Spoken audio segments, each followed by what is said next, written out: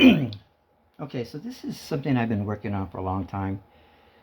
And this is what I do in my sleep. I know it sounds weird. What I'm using here is kind of green oxide. It's a very unique color. Closest thing to a cactus color. So this is all foundation. Now, what I mean by something old, and this is what I do when I'm asleep. I dream, and I have some of the weirdest dreams. And this is actually from a dream I had. Now, what's happening here is I kind of live in a place called Rio Rancho, and it's kind of somewhat in the hills, looking the valley where the balloons go off. But occasionally, the balloons fly over my house. Not all the time, depends on the wind. My dogs let me know if there's a balloon over, because my Siberian Cody, that's the only time she ever barks. Anyway, so what I'm going to do is I'm going to come in with, find a directional light source. So this is going to come into this. So one side is going to be a little bit darker. It's going to be really subtle at first. Now, I live in New Mexico. So this painting will not make sense. What's going to happen is because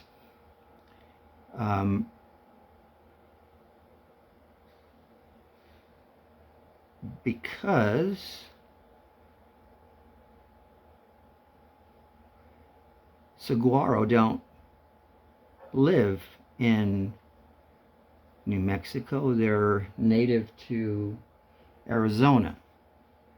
So scientifically, I would get so much flack for this, but you can't control your dreams. And what I mean is, this is what I saw in my dream. Now, you have to understand, it looks nothing like my dreams. I just wish I could just have a video of what my dreams were, because that was just exciting. Mainly because it was a movie and I could see the detail much clearer. So what was happening here was, and these kind of balloons here would never make it to where I live, because I live about 10 miles or 8 miles away from the course. But these balloons here would make it, and seeing a lot of those styles. So you can see I'm just kind of building up layers slowly. I'll blend, pull out till it looks right to me. Now, what's going to happen is I'm going to explain my dream. So as the balloons were flying over my house, they were melting, and but the colors I could not match from my dream, because they were so vibrant. They were like neon almost. But when they hit the ground, they exploded like sparks, like fireworks in reverse. So I'm kind of giving somewhat like, this is like a little bit more of a neon color. So it's kind of a little bit different. So, but it'll never match up what I've seen. Now, we do have beaver tail here. So what I'm going to do is kind of demonstrate the cactus itself. And you can see, and I'll kind of rework this a little bit and maybe, darken it as this one area. Okay, so now what I'm doing is kind of laying out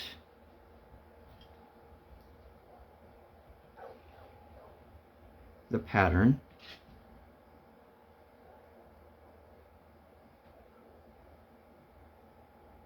Now, I'm not going full scientific mode like I've mentioned many times.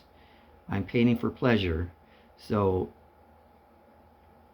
don't call me on, oh, that's not right, or this is not working, and their spines would be closer together and they would be more, because that's not going to make any difference to me. I'm painting for my pleasure. I'm a scientific illustrator and a sculptor for the Natural History Museum, but I am painting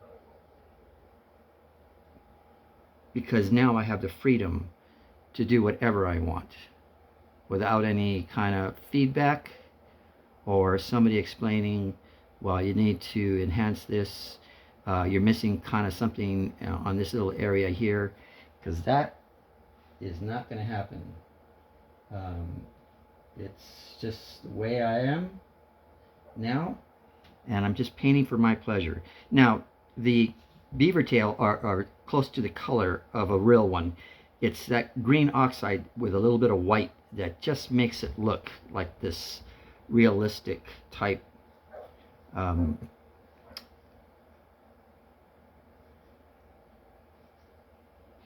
color for cactus. Now, this is another one with layers, and you can see I'm just taking my time, maybe going a little bit more of a shadow on the bottom. This will probably be in a part 1 and 2. For some reason, people like the part 1 from the beginning, but like I said before in my previous video, I am trying to show the second part that nobody sees. So in other words,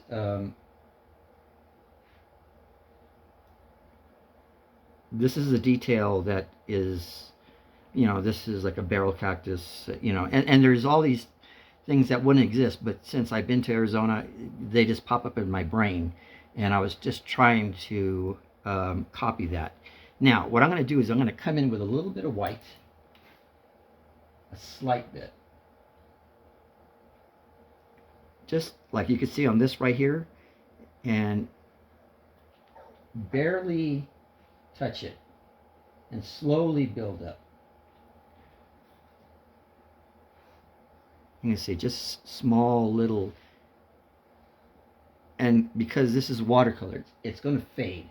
So I need to do several layers, and I don't know if I'll have time to show how the process, you can see it getting blended out already. So if it gets a little bold here, I know it's not going to stay that bold. It's going to get lighter. And that's something that's just what I learned over time. And it's those constant layers. So it gives you a preview of what it might be. So the more layers you get in there, the more volume you'll have. And you can see it's starting to take form. And eventually, after doing so many layers, it will slow down and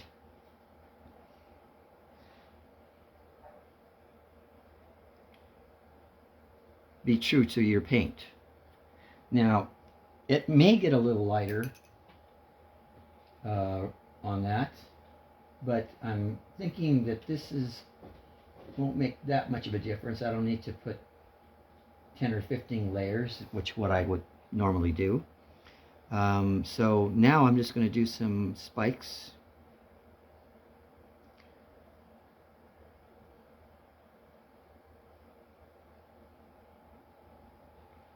Now these are not going to be detailed to the max. They'll be more abstract, but they'll get the point across. So if you want to see what they really look like, you'll either have to look at them under magnification, because like right now I'm just putting little dots, and that will give the illusion that they have spikes.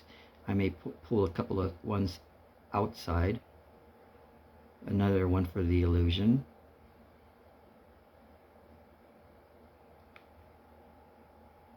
Now this is one of those, like I was saying, and I'll zoom in a minute. This is kind of where I, put something on the shelf for a while. This one obviously is a year or two away, and I was just looking at it. I was like, oh, I want something more in here, and I want to, do kind of a sunlight reflection area. So this will get a little darker, and I may come in here and brighten with more color in the background. But I also want to show you what I'm also, because I'm working on multiples all the time. So let me just explain this one. So let me zoom in here a little bit. Now what's happening here is I came up with a concept of we're all broken toys. So what I actually did is I went to one of those thrift stores and photographed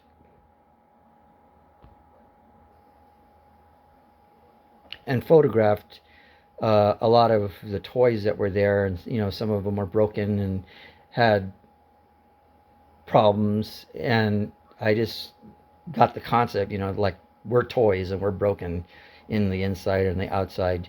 So I'm going to do a whole bunch of different toys here, and then there'll be some bits of color on the top. Anyway, so that's my next painting while I'm working on little corrections on my balloon fiesta project. So now, because I don't want to make this too long, I'm going to zoom in a little bit. Now you wouldn't be seeing this right here from this angle unless you were 10 inches away, and you wouldn't be looking at a painting like that anyway. So it's just kind of my way of taking the chance and letting you know this is what they look like from close up. So if you were 6 inches away from this, you would see this. You can see a little bit of sunlight hitting the edges here. That's all planned. And you can see the beaver tail in here with it. They have these little tiny little spikes. There's also, and the terrain doesn't look exactly like that where I live, but it's what was in the dream. And